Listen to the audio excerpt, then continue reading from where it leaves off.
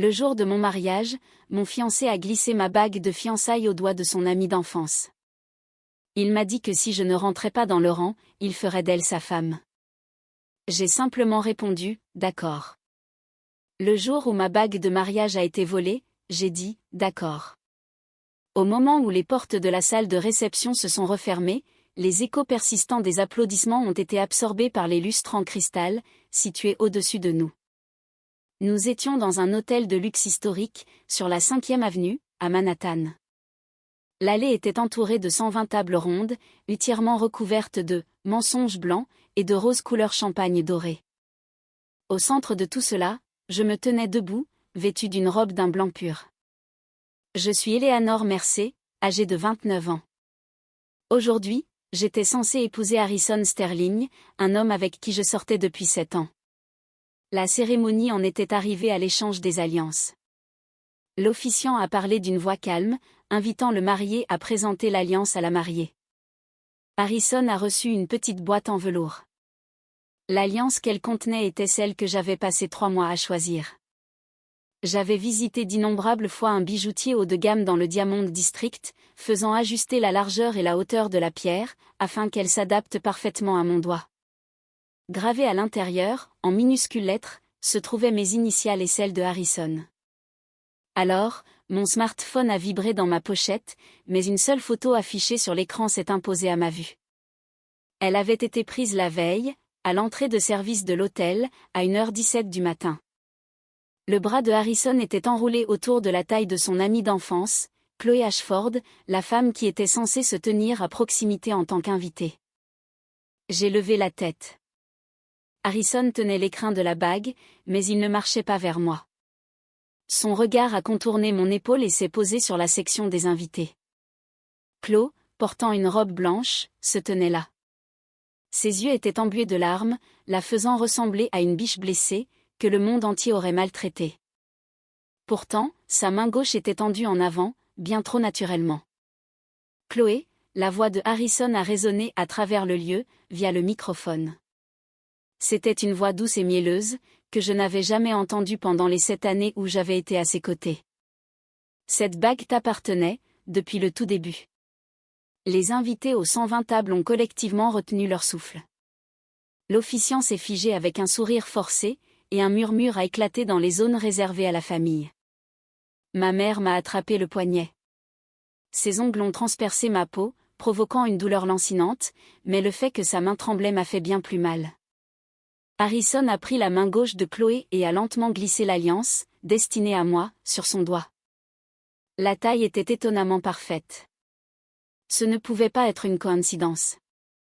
Il avait mesuré sa main à l'avance. Eleanor. Il s'est finalement tourné vers moi. Dans ses yeux, il n'y avait aucune hésitation et aucune culpabilité, seulement de l'irritation et du dédain. Si tu refuses d'être soumise, je ferai de Chloé ma femme. Elle ne me met pas en doute. Elle ne me met pas au pied du mur. Elle ne calcule pas chaque petite chose comme un grand livre, comme tu le fais. Chloé a laissé échapper un léger sanglot, criant le nom de Harrison. Mais elle n'a fait aucun mouvement pour retirer la bague. Les diamants étincelaient à son doigt, cachant les initiales de Harrison gravées contre sa peau. J'ai fait exactement un pas en avant. Les 128 perles que j'avais cousues à la main sur l'ourlet de ma robe ont effleuré le sol. Le jour de mon essayage, la taille arrière était légèrement lâche, alors je suis restée éveillée jusqu'à minuit pour la modifier. Ma mère était assise à côté de moi, enfilant les aiguilles. Nous avions à peine dormi pendant 2 nuits. Dans chacune de ces minuscules perles étaient tissés mes espoirs et les prières de ma mère. La voix de Harrison était étonnamment calme. « Es-tu vraiment d'accord avec ça ?» Il a ricané. « Vas-tu me faire en dire plus ?» Non, j'ai souri. Ce n'était pas un sourire tordu par l'incapacité d'endurer. C'était le sourire d'une personne qui avait enfin déposé un lourd fardeau, qu'elle portait depuis longtemps. D'accord. Laissant derrière moi ce seul mot, je lui ai tourné le dos. Les regards de toute la salle ont transpercé mon dos. Quelqu'un a brandi un smartphone. Quelqu'un a murmuré une expression silencieuse de pitié. Quelqu'un d'autre a marmonné que ce serait un désastre. Je n'ai pas regardé en arrière. Je suis entrée dans la suite nuptiale et j'ai verrouillé la porte de l'intérieur. La mariée dans le miroir était toujours belle. Mon eyeliner n'avait pas coulé. Mon rouge à lèvres était intact. J'ai lentement retiré mon voile et l'ai plié sur la coiffeuse. En dessous se trouvait une autre boîte à bagues rouges. C'était l'alliance que j'avais l'intention de donner à Harrison.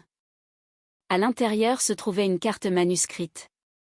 J'avais réécrit la dernière phrase 5 fois avant de finalement choisir les mots. Continuons à regarder dans la même direction, côte à côte.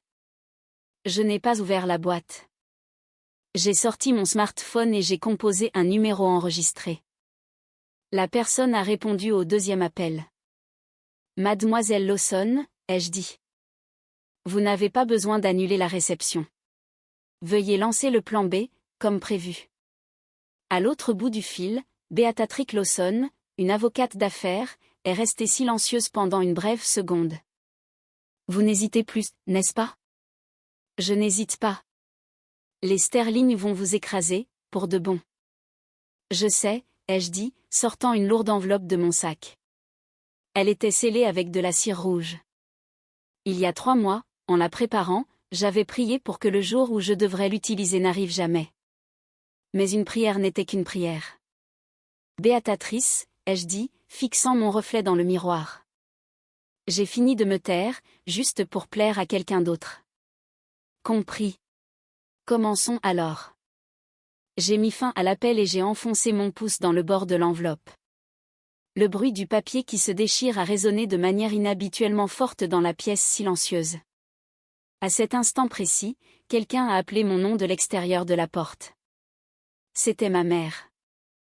J'ai remis l'enveloppe dans mon sac et j'ai déverrouillé la porte.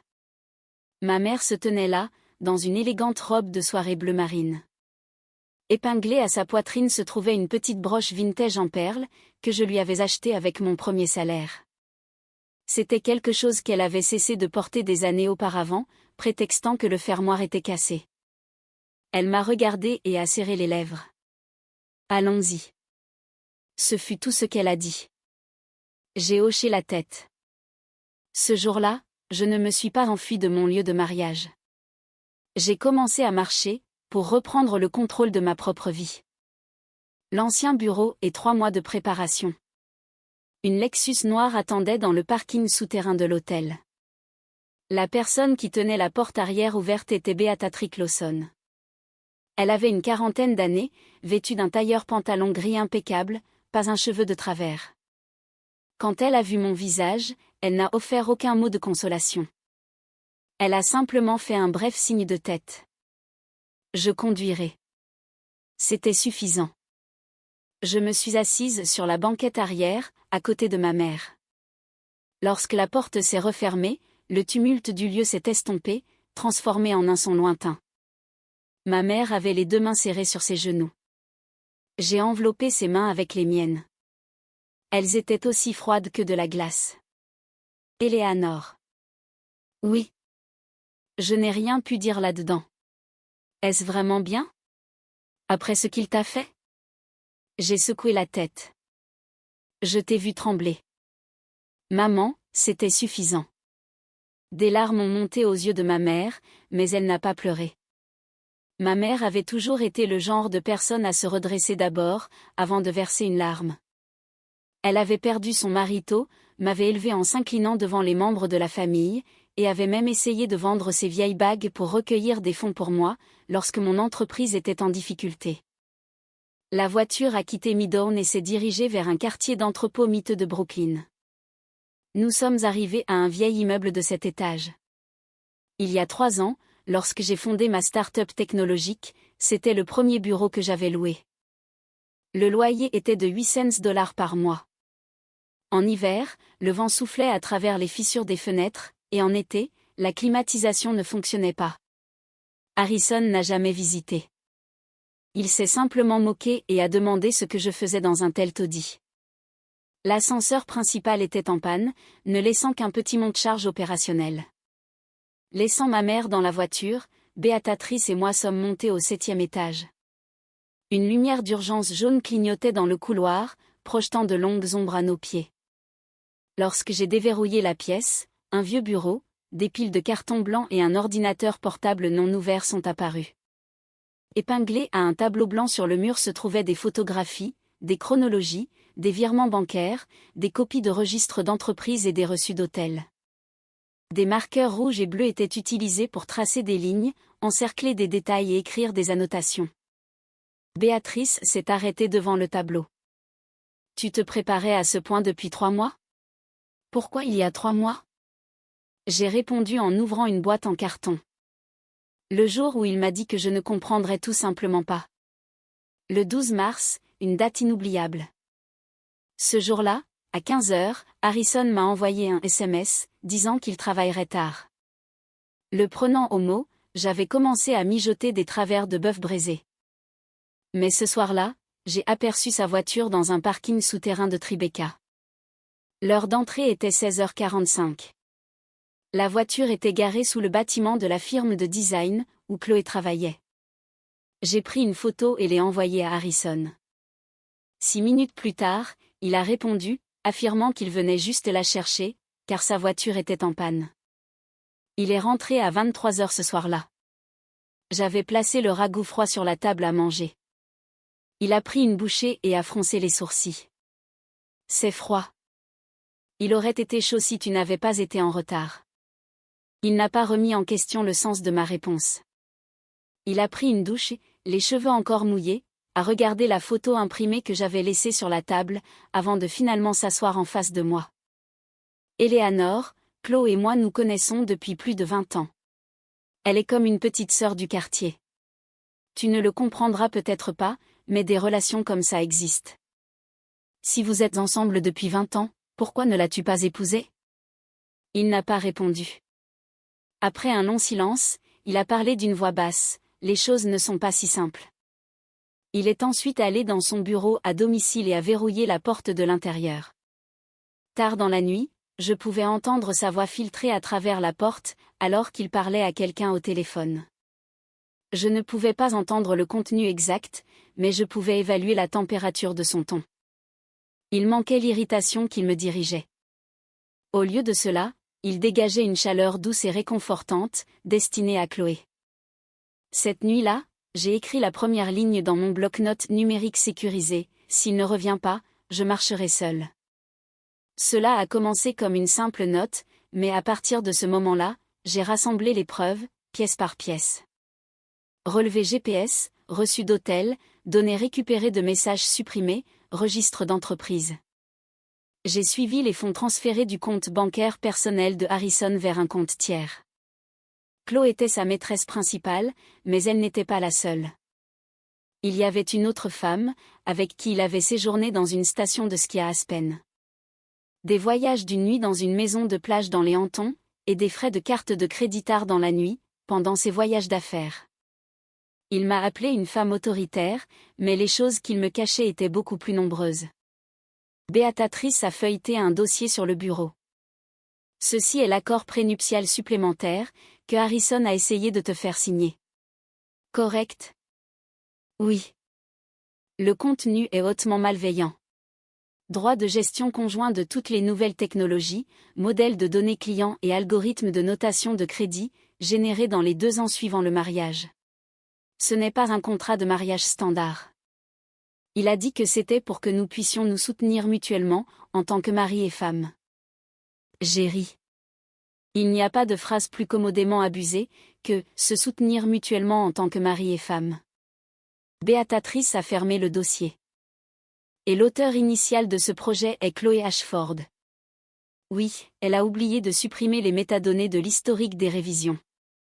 Ashford Consulting LLC, la société que Chloé avait établie, était ostensiblement une société de conseil en gestion pour les petites entreprises, mais une partie de sa liste de clients correspondait parfaitement aux données divulguées par mon entreprise. La structure de ces documents de proposition, les modèles d'évaluation des risques et même les formules de calcul des estimations étaient identiques. Harrison n'avait pas seulement trahi sa fiancée. Il essayait de mettre mon entreprise, ma crédibilité et le travail que j'avais bâti au fil des ans aux pieds de Chloé. J'ai démarré le nouvel ordinateur portable et téléchargé un dossier crypté depuis le cloud. Tandis que la barre de chargement s'étirait sur l'écran, j'ai regardé le vent décoller le vieux ruban adhésif, qui scellait les interstices des fenêtres. Les fiançailles rompues n'ont jamais été le problème principal, ai-je dit. Ce que je reprends vraiment, ce n'est pas un homme, mais l'œuvre de ma vie. En entendant ces mots, Béatatrice a souri légèrement pour la première fois. Alors, exposons tout lors de la réunion de famille de demain. Oui, j'ai rangé l'ordinateur portable dans mon sac. Il pense que je vais pleurer et m'excuser. Je suis sûre qu'il le pense. C'est pourquoi demain, je leur montrerai le grand livre. J'ai éteint les lumières de l'ancien bureau. Seule la lumière d'urgence jaune est restée dans le couloir, étirant nos ombres, longues et fines. Je savais que je ne reviendrais jamais. Il n'y avait pas de place pour moi à laquelle retourner, ni à ce lieu de mariage, et certainement pas avec la famille Sterling. Un seul document de mainlevée de dette à la réunion de famille. Le lendemain après-midi, à 15h, j'ai emmené ma mère et Béatatrice dans un club de restauration privé exclusif, dans l'Upper East Side. C'était l'établissement que la famille Sterling utilisait toujours, pour discuter des affaires familiales internes. La salle de chêne présentait des murs en acajou et des arrangements floraux coûteux. C'était l'endroit exact où ma mère avait rencontré les parents de Harrison pour la première fois. Ce jour-là, la mère de Harrison avait regardé la robe simple de ma mère et avait souri finement, en faisant remarquer à quel point ma famille devait être économe. Ma mère avait simplement baissé la tête et l'avait remerciée. Dans la voiture, sur le chemin du retour, ma mère n'avait pas prononcé un seul mot. Dans la salle privée, 6 couverts étaient dressés. À la tête de la table était assis le père de Harrison, Richard. À côté de lui se trouvait la mère de Harrison, Caroline. Harrison était assis à côté d'elle, et Chloé était assise à sa droite, vêtue d'une robe bleu pâle. Elle avait appliqué un maquillage épais, pour cacher ses yeux gonflés et rougis de la veille. Ma mère était arrivée tôt et était assise, le dos droit, sur le siège le plus proche de la porte. Elle n'avait pas touché sa tasse de thé. J'ai pris le siège vide. Béatatrice se tenait légèrement derrière moi, parfaitement positionnée en tant que mon conseiller juridique. Richard a été le premier à parler. Éléanore, nous ne vous avons pas convoqué ici pour vous condamner. J'ai entendu parler d'hier par Harrison. Je suis sûre que vous étiez émue. Cependant, quitter une réception de la famille Sterling de cette manière était incroyablement irrespectueux. Irrespectueux envers eux. Mon départ du lieu était une insulte bien plus grande que mon fiancé glissant ma bague au doigt d'une autre femme. Caroline a posé sa tasse de thé. Chloé est l'amie d'enfance de Harrison. Elle est comme une sœur pour lui. Si vous la suspectez excessivement, cela fait du mal à Chloé aussi. Les épaules de Chloé ont légèrement tremblé. Éléanore, je ne voulais vraiment pas que cela arrive. Harrison l'a juste fait subitement hier. Je ne l'ai pas regardé. Je me suis tournée vers Harrison. Harrison, n'y avait-il vraiment rien entre toi et Chloé Ashford? La pièce est devenue silencieuse. Le léger cliquetis des couverts a résonné à l'extérieur de la porte. Harrison m'a regardé, a laissé échapper un profond soupir après une longue pause et a parlé. Éléanore, ça suffit. J'en ai marre de ta manie de tout fouiller. Chloé ne fouille pas dans mon téléphone. Elle ne suit pas mes mouvements et elle ne transforme pas notre quotidien en interrogatoire, comme toi. Oui, j'ai fait un pas de trop hier en lui mettant la bague au doigt, mais tu m'as poussé à le faire. Avec ces mots, ma dernière once d'hésitation a disparu. J'ai ouvert mon sac et j'ai placé un seul document sur la table. C'était une confirmation de mainlevée de dette, estampillée d'un cachet rouge certifié. Richard l'a ramassée en premier. En la lisant, un pli profond s'est formé entre ses sourcils. Quelle est la signification de ceci? Exactement ce que cela semble être, ai-je expliqué sans émotion. Il y a 3 ans, la famille Sterling a fourni 15 000 $ à mon entreprise. Par contrat, ce n'était pas un investissement, mais un prêt, avec un taux d'intérêt annuel de 12%.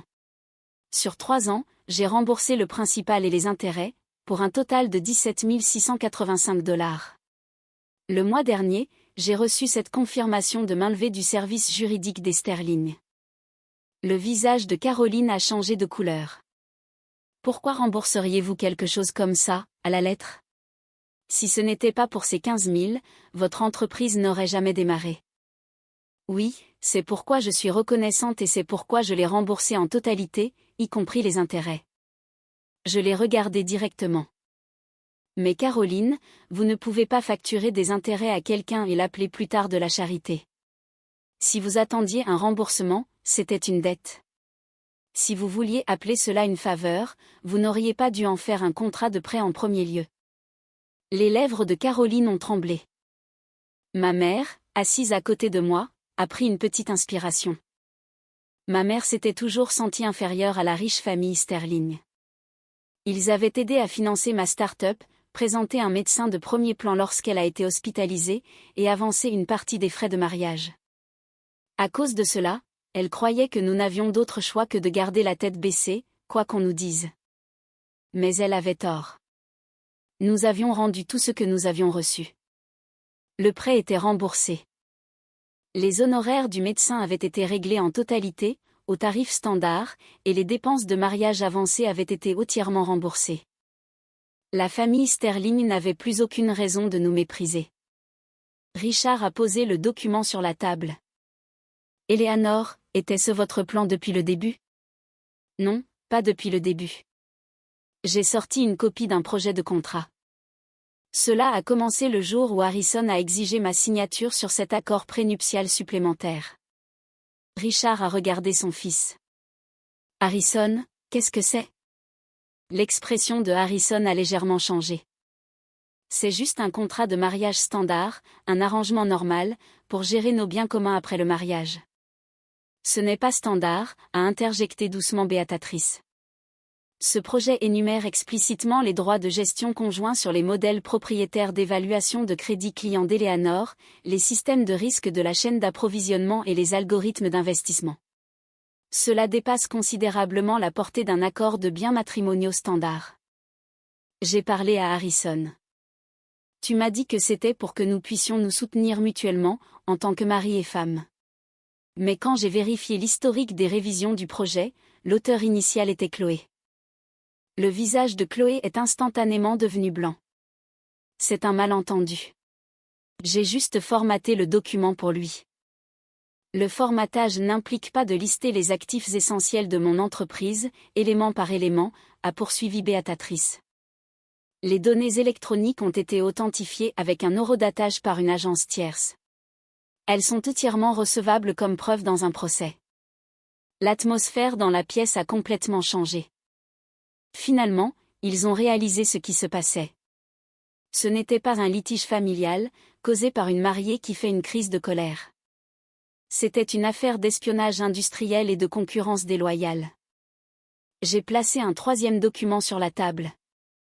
Ashford Consulting LLC, membre gérant Chloé Ashford, établi le 17 novembre de l'année dernière.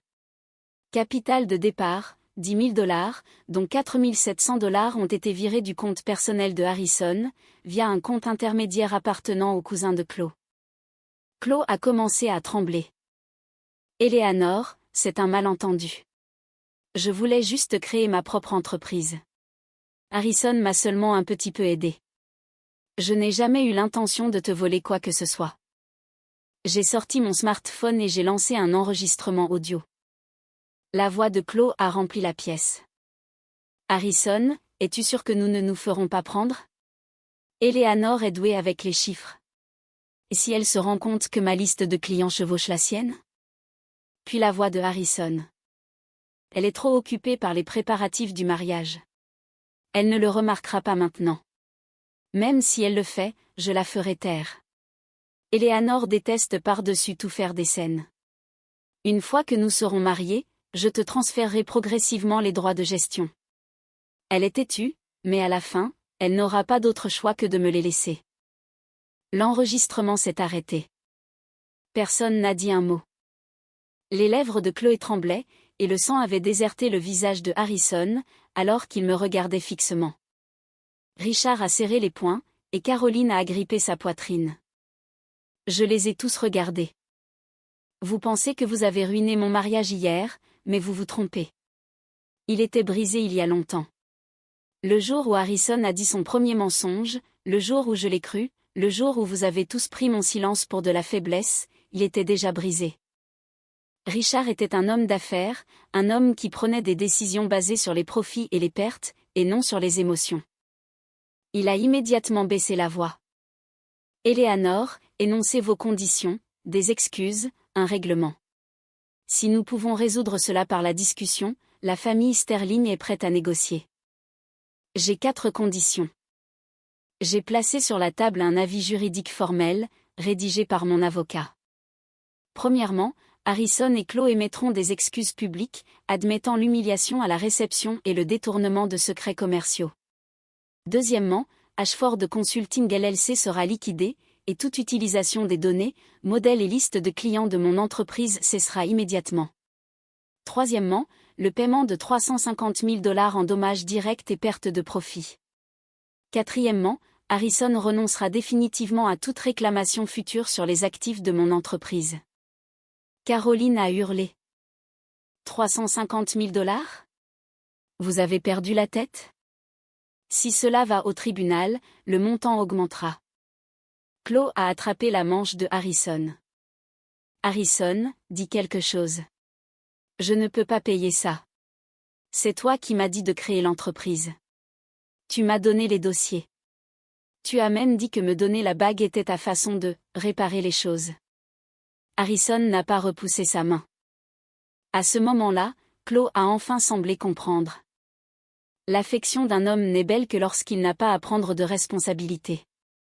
Au moment où un procès de $350 000 lui a été présenté, son amour a commencé à faire les calculs. Je me suis levée. Je laisse le reste à mademoiselle Lawson.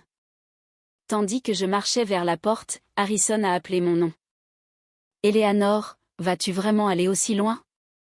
J'ai regardé en arrière. Je n'ai rien détruit. J'ai simplement mis en lumière ce que tu as fait. J'ai marqué une pause un instant avant de continuer. Si faire cela a suffi à le détruire, c'est que ça ne pouvait pas supporter la lumière, au départ. Juste avant que la porte ne se ferme, j'ai entendu Richard crier et le bruit d'une tasse de thé qui se brisait contre le mur. Je n'ai jamais regardé en arrière. La vidéo virale est le prix de leurs sentiments. À 17h cet après-midi-là, des avis juridiques officiels du bureau de Béatatrice ont été signifiés au siège du Sterling Group et à Ashford Consulting LLC. Environ au même moment, une vidéo de la réception de mariage a été divulguée en ligne. On ne savait pas qui l'avait filmée. La vidéo était courte. Elle montrait Harrison marchant vers Chloé avec ma bague, disant qu'elle lui appartenait depuis le début. Elle le montrait la glissant à son doigt, se tournant vers moi, et déclarant qu'il ferait d'elle sa femme, si je ne voulais pas être soumise. Finalement, elle me montrait souriante, disant « D'accord » et m'éloignant. Les sections de commentaires ont explosé du jour au lendemain. Drame de bague de mariage avec une amie d'enfance. C'est beaucoup trop. Attendez, la bague a les initiales de la mariée ? Et il l'a donnée à la maîtresse ? Le plus effrayant, c'est que la mariée ne crie pas et ne pleure pas. Elle a définitivement un atout dans sa manche. L'amie d'enfance pleure, mais elle n'enlève pas la bague. Le rire m'a explosé. La famille Sterling a immédiatement contacté des cabinets de relations publiques pour faire retirer la vidéo, mais plus ils essayaient de l'effacer, plus elle se propageait rapidement. Le lendemain, la nouvelle qu'Ashford Consulting avait reçu un avis de détournement de secrets commerciaux a été divulguée, et la conversation est passée d'un engagement annulé à de l'espionnage industriel. Au début, Chloé a joué la victime. Elle a posté sur un compte de réseau social privé « Je suis tellement confuse, tout cela est si soudain. Je n'ai jamais voulu blesser personne. » Mais assez tôt, une photo a fait surface d'elle, dans une bijouterie de la 5e avenue, essayant la taille exacte de ma bague, une semaine auparavant. De plus, des détectives sur Internet ont déniché la date de création de son entreprise, les transferts d'argent de Harrison et les emails de vente qu'elle avait envoyés à des clients, qui chevauchaient ceux de mon entreprise. L'opinion publique s'est instantanément retournée contre elle. Chloé m'a envoyé un message texte frénétique. Eleanor, je suis tellement désolée. J'ai juste fait confiance à Harrison. Je ne comprends rien aux affaires, et il m'a dit que les fichiers pouvaient être utilisés. S'il te plaît, peux-tu retirer le procès? Je ne peux pas payer 350 000 $. J'ai fait des captures d'écran de tout et je les ai transmises à Béatatrice. Elle a répondu immédiatement. Excellent matériel pour un aveu de culpabilité. Je n'ai pas pu m'empêcher de rire. Chloé était tellement occupée à jouer la victime, qu'elle ne réalisait pas qu'elle renforçait activement nos preuves. La 3e nuit, Harrison est apparu devant mon immeuble de bureau. Il pleuvait à verse. Il se tenait près de l'entrée, dans un costume trempé, sans parapluie. Ses cheveux habituellement parfaitement coiffés étaient plaqués sur son front, et il avait l'air pâle. Le garde de sécurité a croisé mon regard, mais j'ai levé la main pour l'arrêter. Eleanor. Sa voix était rauque. Je veux parler. Si c'est au sujet du règlement, parlez à mon avocat. Non, ce n'est pas ça. Alors nous n'avons rien à nous dire. J'ai essayé de passer à côté de lui. Il m'a attrapé le poignet avec une force désespérée. Laisse-moi partir. Je n'aurais jamais pensé que cela tournerait ainsi. Comme quoi? Que la vidéo fuirait, que ton père serait furieux, que ton entreprise serait mêlée à ça, et que Chloé serait poursuivie en justice? J'ai regardé sa main. J'avais l'habitude d'imaginer un futur où une bague siégerait à ce doigt. Maintenant, la froideur de sa peau mouillée était simplement répugnante. La seule chose que tu regrettes, ce n'est pas de m'avoir fait du mal, mais que cela se soit transformé en un énorme scandale. Harrison a repris son souffle. Non, je suis vraiment désolé. Je n'aurais jamais dû dire ça à la réception. Je n'aurais jamais dû mettre la bague à Chloé. Je voulais juste te tester. Je voulais te faire comprendre à quel point j'étais important. Tu m'as testé en mettant ma bague au doigt d'une autre femme, devant ma mère. Il n'a pas pu répondre. Je lui ai demandé doucement, Harrison, m'as-tu aimé? Il a semblé choqué, ne s'attendant probablement pas à une question aussi évidente. Bien sûr que oui. Alors pourquoi as-tu donné les données de mon entreprise à Chloé? Son visage est devenu blanc comme un linge. Pourquoi as-tu essayé de revendiquer la gestion conjointe de mes actifs essentiels dans le contrat de mariage? Pourquoi m'as-tu dit que tu avais supprimé ces messages à cause d'une mise à jour du système? Pourquoi m'as-tu dit que j'étais difficile et insoumise? Chaque fois que je posais une question simple, la pluie devenait plus forte. J'ai continué. Tu ne m'aimais pas. Tu aimais une femme arrangeante, qui nettoierait tranquillement tes erreurs, ferait semblant de croire à tes mensonges, et finalement plierait à ta volonté. Eleanor n'est plus cette femme. Ses doigts se sont lentement desserrés autour de mon poignet. Et si je force Chloé à liquider son entreprise, à payer les dommages, et que nous recommencions tout? Impossible. Pourquoi? J'ai fixé les gouttes de pluie tombant du bord de mon parapluie. Parce que je ne laisse pas les choses sales rentrer chez moi.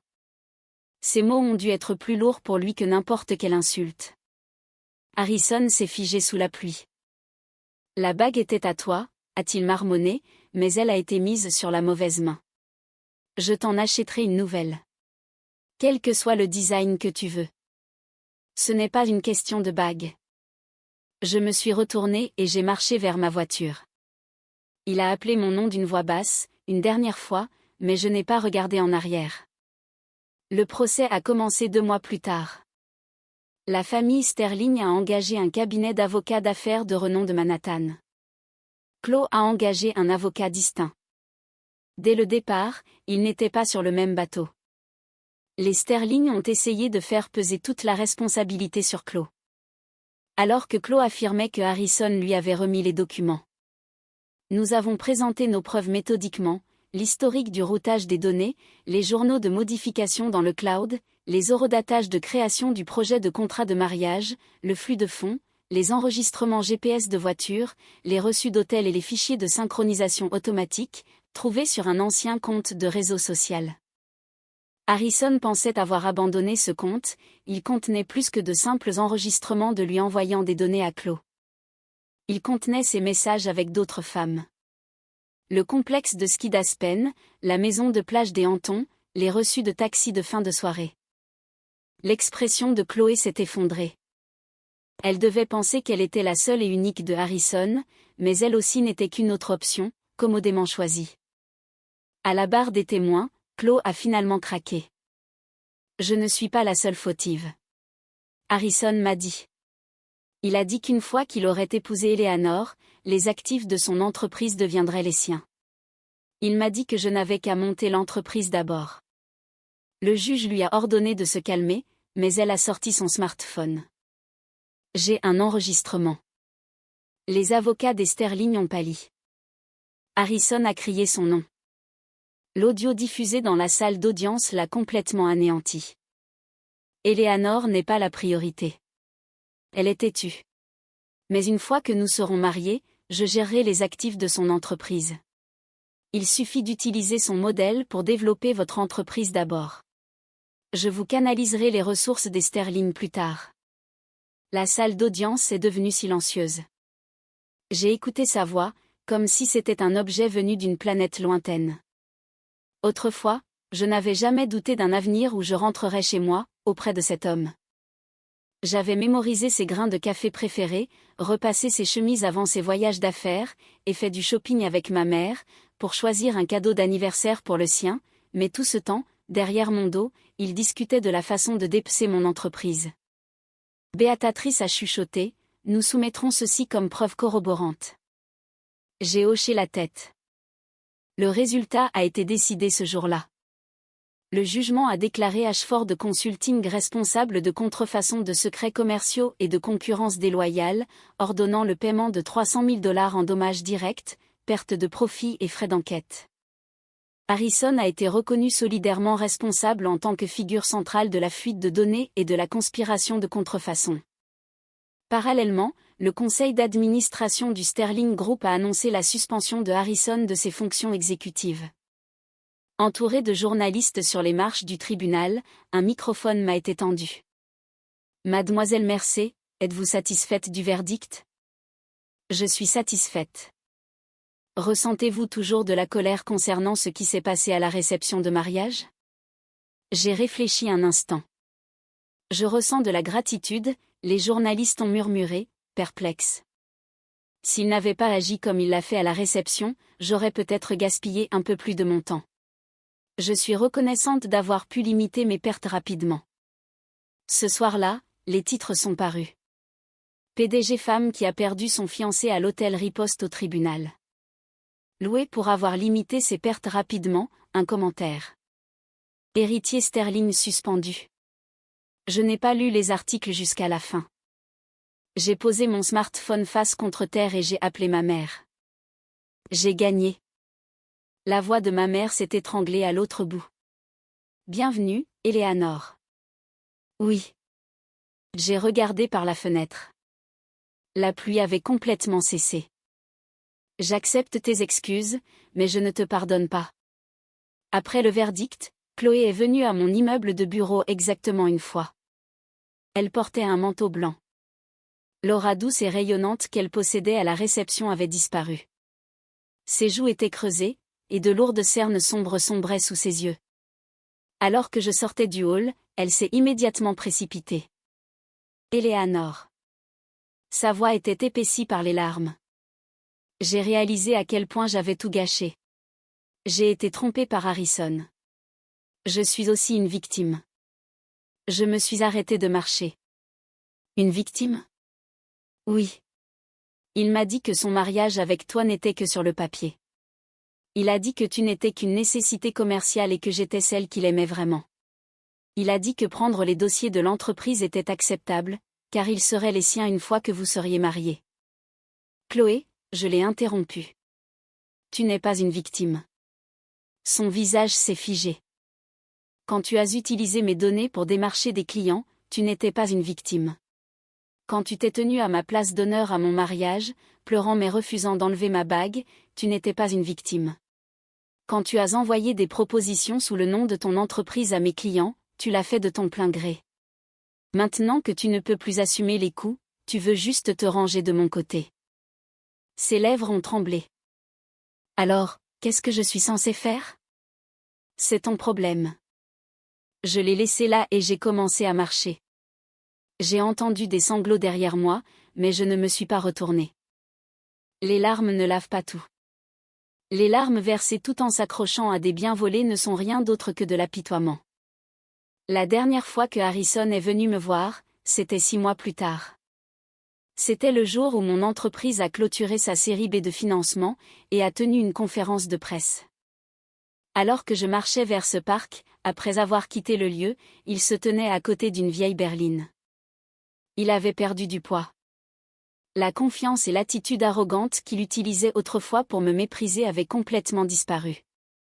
Le col de sa chemise était légèrement froissé, et ses chaussures n'étaient pas cirées. Éléanore, mademoiselle Mercé. Quand il a corrigé la façon dont il s'adressait à moi, son visage s'est légèrement tordu. Tu ne me laisseras même plus t'appeler par ton prénom. Nous ne sommes plus dans une relation familière. Il a sorti une boîte à bagues rouge de sa poche. J'ai immédiatement su ce que c'était. C'était cette bague, celle qui avait été glissée au doigt de Claude, celle qui était devenue une preuve photographique au tribunal, celle que j'avais choisie. Je l'ai récupérée. Il a ouvert la boîte. Le diamant avait été nettoyé et reflétait les lumières tamisées du parking souterrain. Cela t'appartenait à l'origine. Jetez-la. Ses doigts se sont figés. Tu ne la veux pas? Non. Mais tu as passé 3 mois à la choisir. Oui, mais elle a été placée sur la main de quelqu'un d'autre. Je t'en achèterai une nouvelle. N'importe quel design que tu veux. Je la ferai regraver. J'ai ressenti une vague d'épuisement. Il croyait toujours que s'il remplaçait simplement l'objet, il pourrait effacer le passé. Harrison, une nouvelle bague n'empêchera pas les mains de ma mère de trembler à cette réception. Elle n'effacera pas le fait que tu as divulgué les données de mon entreprise. Elle n'effacera pas ta voix, me disant que j'étais inadaptée pour toi. Je veux te dédommager. Paye l'indemnisation par versement, comme ordonné par le tribunal. Il a souri amèrement. Tu traites vraiment tout comme une transaction commerciale, n'est-ce pas? Si je ne le fais pas, tu utiliseras juste mes émotions, à nouveau. Après un long silence, Harrison a parlé d'une voix basse. Ne pouvons-nous vraiment jamais revenir en arrière? Nous ne le pouvons pas. Si cette réception n'avait pas eu lieu, les choses auraient-elles été différentes? J'ai secoué la tête. Non. Nous avons dépassé le point de non-retour bien avant cela. Le jour où tu as dit ton premier mensonge et que j'ai fait semblant de le croire.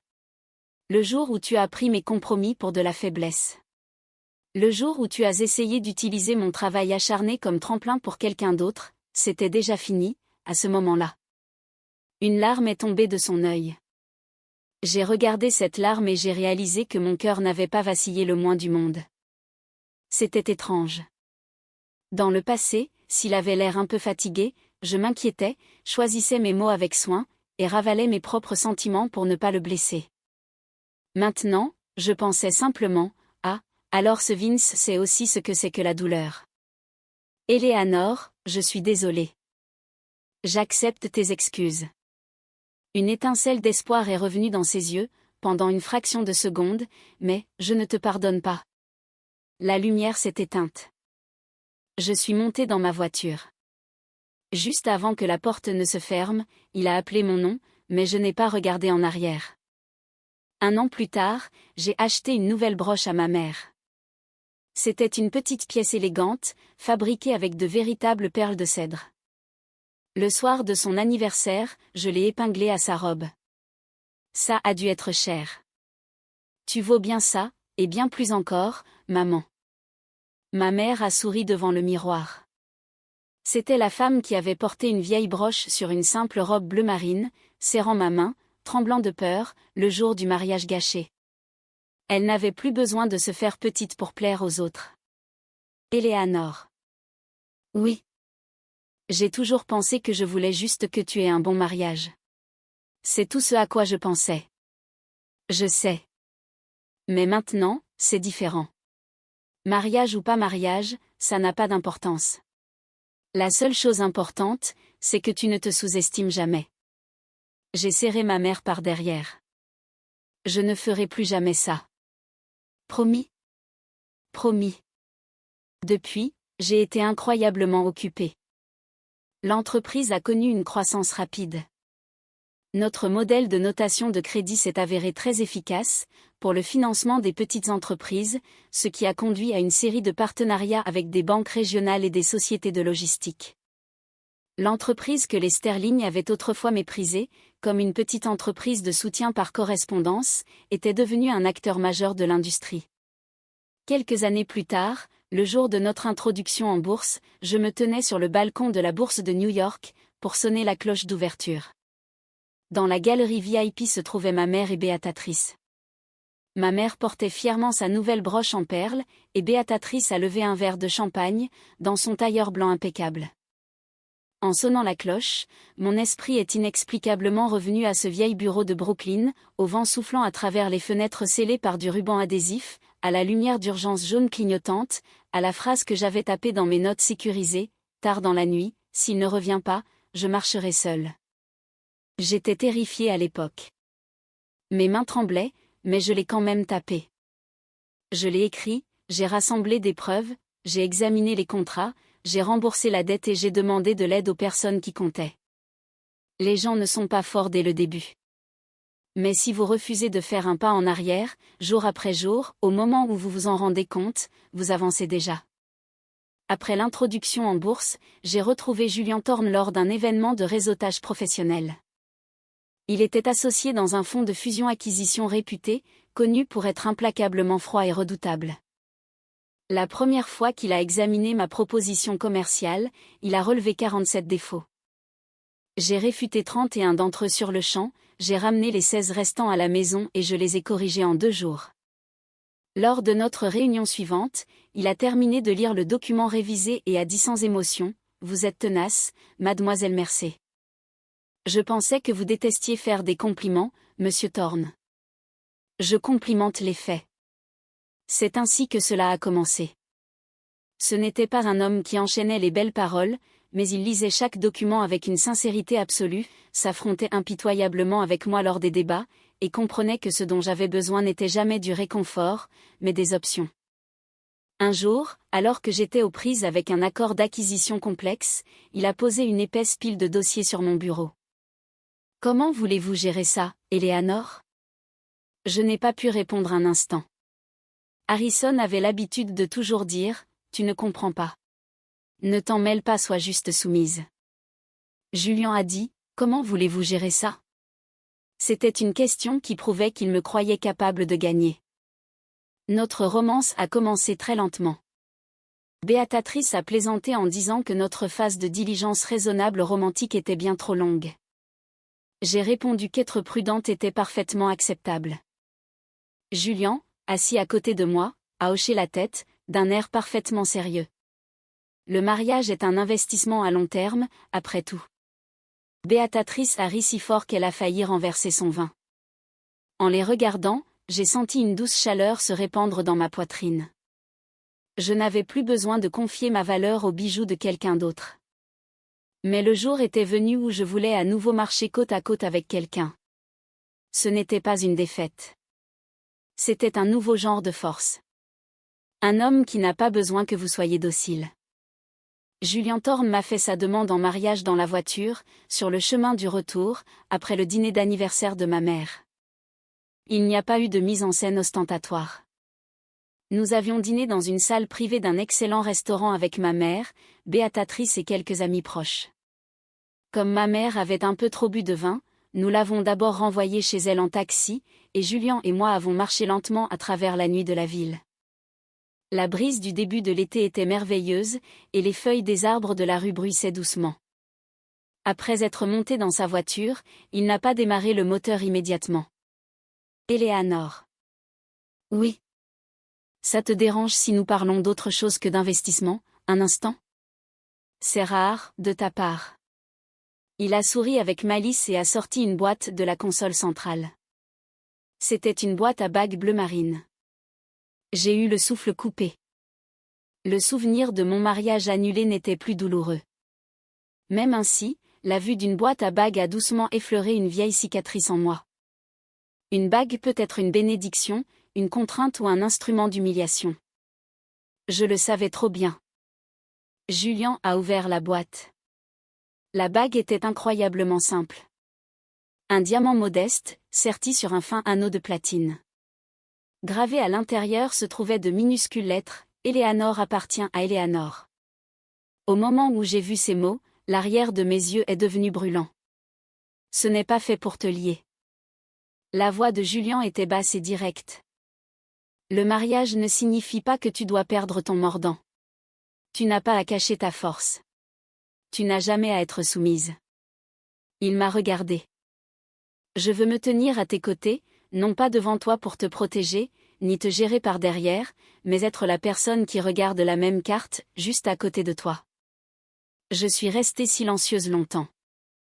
Puis j'ai lentement tendu la main. Julian. Oui. Je déteste absolument les drames de mariage. Il a hoché la tête sérieusement. Je n'en causerai aucun. Cette bague ne sera jamais placée que sur ta main. J'ai laissé échapper un rire inattendu. C'est crucial. Je le reconnais comme une priorité absolue. J'ai tendu ma main. Il a glissé la bague. Le métal froid a touché ma peau et a glissé doucement jusqu'à la base de mon doigt. Il n'y avait pas de douleur. Il n'y avait pas d'étouffement.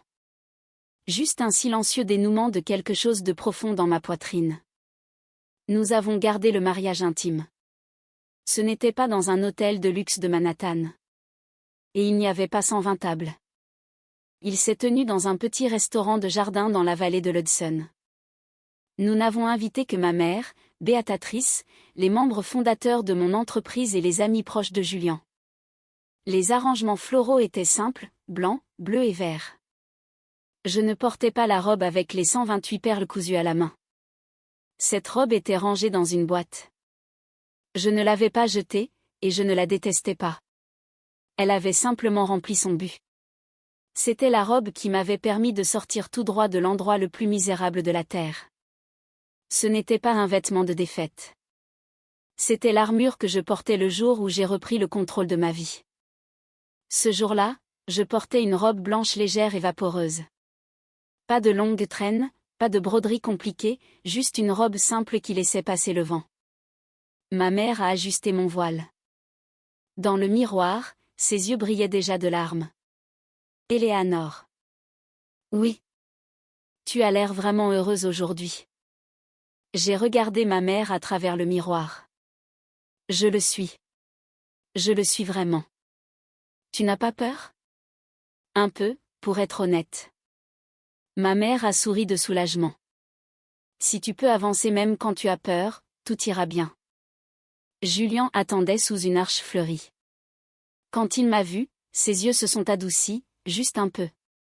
Ce n'était pas un sourire grandiose, mais je savais déjà que son amour ne se manifestait pas par une abondance de mots, mais par une confiance absolue. Pendant la cérémonie, je n'ai pas pensé à Harrison une seule fois. Même pendant l'échange des alliances, l'hôtel de la 5e avenue, le visage en larmes de Chloé et les yeux méprisants de Harrison ne m'ont pas traversé l'esprit. La seule chose dont je me suis souvenu, c'était la version de moi-même qui avait retiré son voile dans la suite nuptiale et déchiré cette enveloppe scellée en rouge. J'étais terrifiée ce jour-là, en faisant sortir ma mère de cette pièce, en me préparant à faire la guerre à la famille Sterling, en jetant une relation de 7 ans. Tout cela me terrifiait. Mais j'ai ouvert la porte quand même, et parce que je l'ai fait, je me tenais ici aujourd'hui, prenant la main de Julian. Eleanor Mercé, j'ai hâte de passer le reste de ma vie avec vous. Je l'ai regardé. Julian Thorne. Oui. Ne me faites pas regretter ça. Il a ri doucement. Je travaillerai dur pour que vous ne le fassiez pas, parce que je sais que si je fais une erreur, vous avez la force de partir à tout moment. Je ne cesserai jamais de travailler pour cela. Ça semble beaucoup de pression. C'est la juste dose de pression nécessaire. Un murmure de rire a parcouru la petite foule. Béatatrice était au premier rang, pressant un mouchoir sur ses yeux. Ma mère pleurait, serrant la broche en perles sur sa poitrine. Après la cérémonie, une jeune employée de mon entreprise m'a abordée. « Patronne, après tout ce qui s'est passé avant, n'aviez-vous pas peur de vous remarier ? J'ai réfléchi un instant. J'avais peur. Mais parce que j'avais peur, j'ai finalement appris à choisir. Dans le passé, je voulais juste être choisie par la personne que j'aimais. Pour être choisie, je restais un peu silencieuse, endurais un peu plus, et me faisais un peu plus petite. Quand tous ces petits morceaux s'accumulaient, le contour de qui j'étais commençait à s'estomper. Maintenant, avant que quiconque d'autre ne me choisisse, je me choisis moi-même, continuer une relation ou y mettre fin, faire confiance ou prendre du recul, pleurer, intenter un procès ou rire et laisser aller, ne jamais remettre ce pouvoir de choix à quelqu'un d'autre. C'est ce que l'amour signifiait pour moi. Quelques années plus tard, j'ai donné une conférence dans une université. Le thème était la gestion des risques et le développement de carrière pour les femmes entrepreneurs. À la fin de la conférence, une étudiante a levé la main. Mademoiselle Mercé, si vous êtes trahie par quelqu'un d'important pour vous, comment partez-vous en gardant votre dignité? L'auditorium est devenu légèrement silencieux. J'ai ajusté le microphone. S'il vous plaît, ne confondez pas la dignité avec le fait de ne pas pleurer ou de ne pas faire de scène. L'étudiante m'a regardé droit dans les yeux. La vraie dignité, c'est de refuser de payer le prix des erreurs de quelqu'un d'autre. Si vous voulez pleurer, pleurez. Si vous voulez être en colère, soyez en colère. Si vous devez intenter un procès, intentez-le. Si vous devez limiter vos pertes, faites-le rapidement, ai-je poursuivi. Le silence peut parfois être une vertu. Mais si votre silence devient une couverture utilisée pour cacher la malhonnêteté de quelqu'un d'autre, retirez-vous cette couverture. Des applaudissements ont éclaté. Debout sous les lumières de la scène, je me suis soudainement souvenu de ce jour. Harrison a glissé ma bague à la main de Chloé, il a dit, « Si tu refuses d'être soumise, je ferai de Chloé ma femme. » Et j'ai répondu, « D'accord. » Autrefois, ce seul mot me semblait être la plus grande humiliation de ma vie. Mais maintenant, je savais que ce n'était pas une humiliation. C'était une porte. Mon propre chemin, commençant par « D'accord. » Les gens ont tendance à se soucier du sort de ceux qui les ont blessés, pendant des périodes étonnamment longues. Mais dans mon cas, Harrison et Chloé ont quitté ma vie, étonnamment vite. J'ai entendu quelques rumeurs. Harrison a été retiré du cœur du Sterling Group, et envoyé gérer une filiale en difficulté dans le Midwest. Je ne le voyais plus conduire une voiture de luxe à travers Manhattan. Chloé a accumulé d'énormes dettes à cause du procès et de la liquidation de son entreprise, et j'ai entendu dire qu'elle avait entièrement quitté New York. La santé de Richard a décliné, et Caroline a cessé de participer aux fonctions de la haute société. Quand j'ai entendu ces choses, j'ai simplement hoché la tête. Ce serait un mensonge de dire que je ne pensais pas qu'ils avaient ce qu'ils méritaient, mais leur malheur n'est pas ce qui a construit mon bonheur. Ils ont simplement reçu les résultats de leur choix. Je vis les résultats des miens. C'est tout ce qu'il y a à cela. Je n'ai pas quitté mon entreprise après m'être mariée. Julian a traité cela comme une évidence absolue. À la table du petit déjeuner, des prospectus d'investissement côtoyaient les toasts et la confiture de prunes maison de ma mère. Julian lisait le Wall Street Journal et me demandait occasionnellement mon avis sur les tendances du marché. Quand je lui disais « Je suis en train de manger », il me disait « Mes excuses », d'un air parfaitement sérieux, et me versait le café. Cette vie quotidienne était entièrement nouvelle pour moi. J'ai appris un peu tard que la présence banale du respect mutuel pénètre beaucoup plus profondément dans l'âme, que les mots d'amour ostentatoires.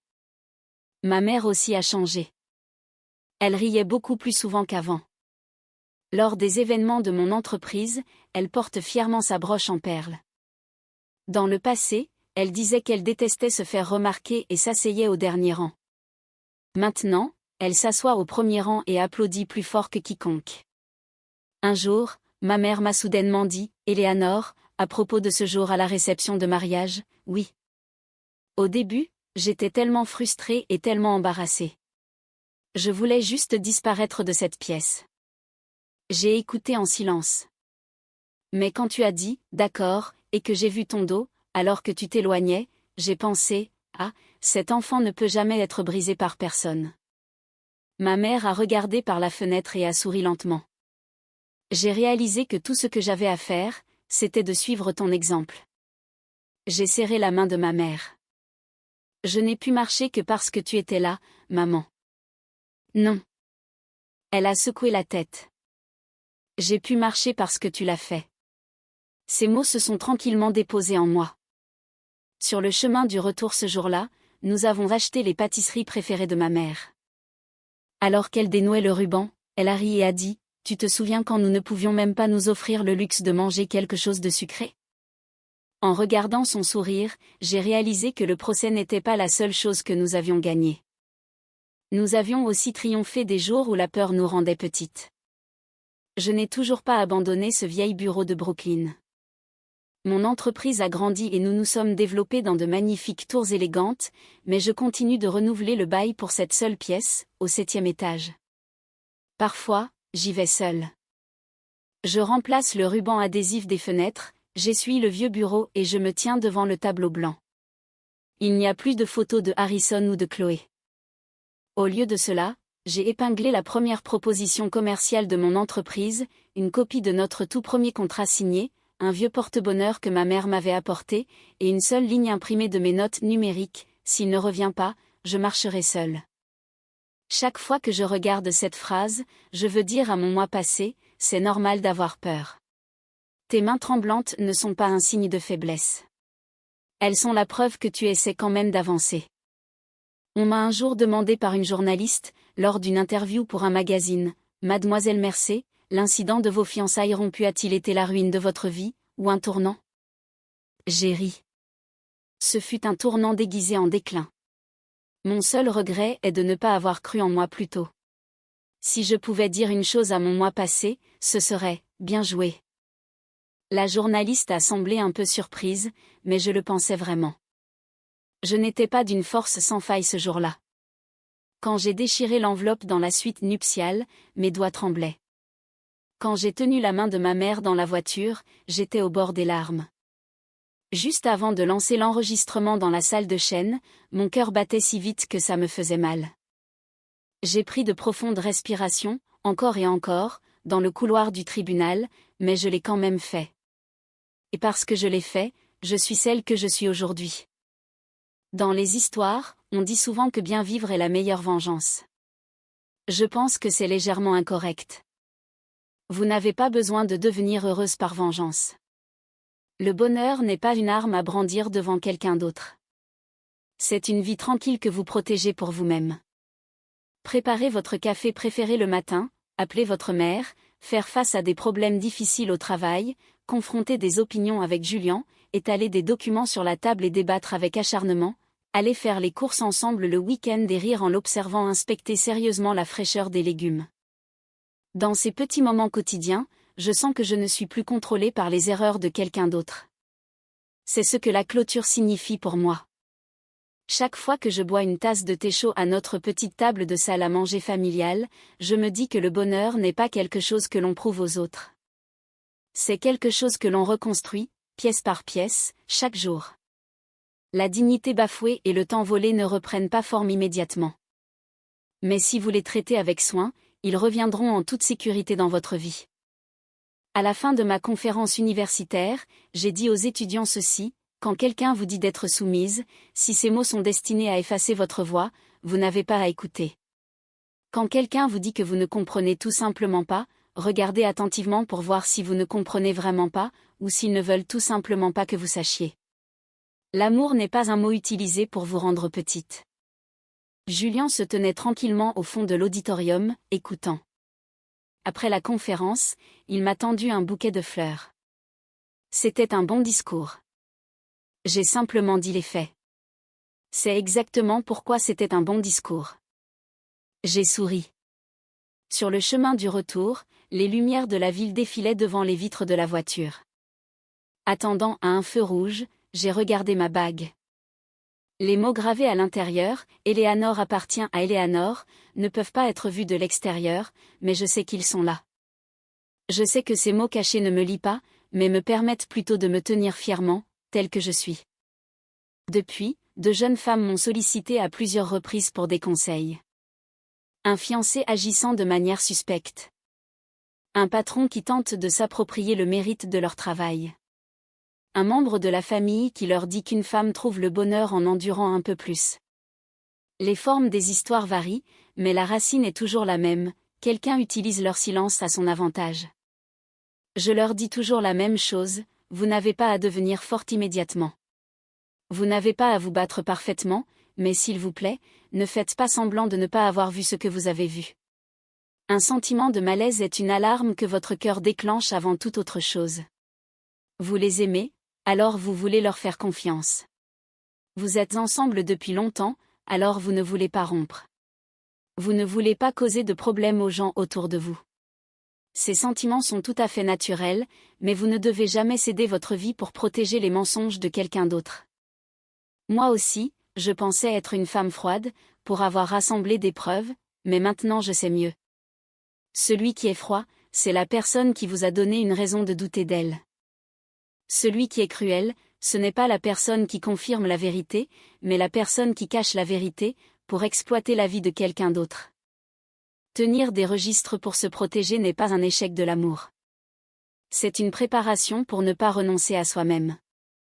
Julien ne pose jamais de questions sur cette lourde enveloppe. Occasionnellement, lorsque nous visitons ensemble le vieil bureau de Brooklyn, il s'arrête devant le tableau blanc et dit simplement « C'est donc ici que ça a commencé ». Quand je réponds, on pourrait aussi dire « C'est ici que j'y ai mis fin ». Il secoue la tête.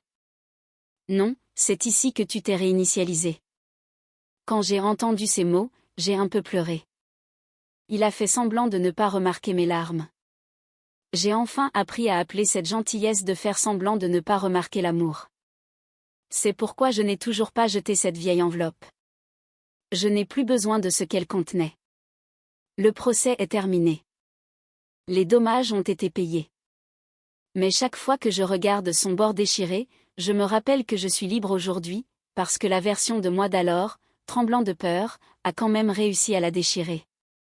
Le jour de mon mariage, Harrison Sterling a glissé ma bague au doigt de son ami d'enfance. Il m'a dit qu'il ferait d'elle sa femme, si je ne rentrais pas dans le rang. J'ai dit, d'accord. Ce « d'accord » n'était pas un mot de reddition. Je disais que je ne l'épouserais pas.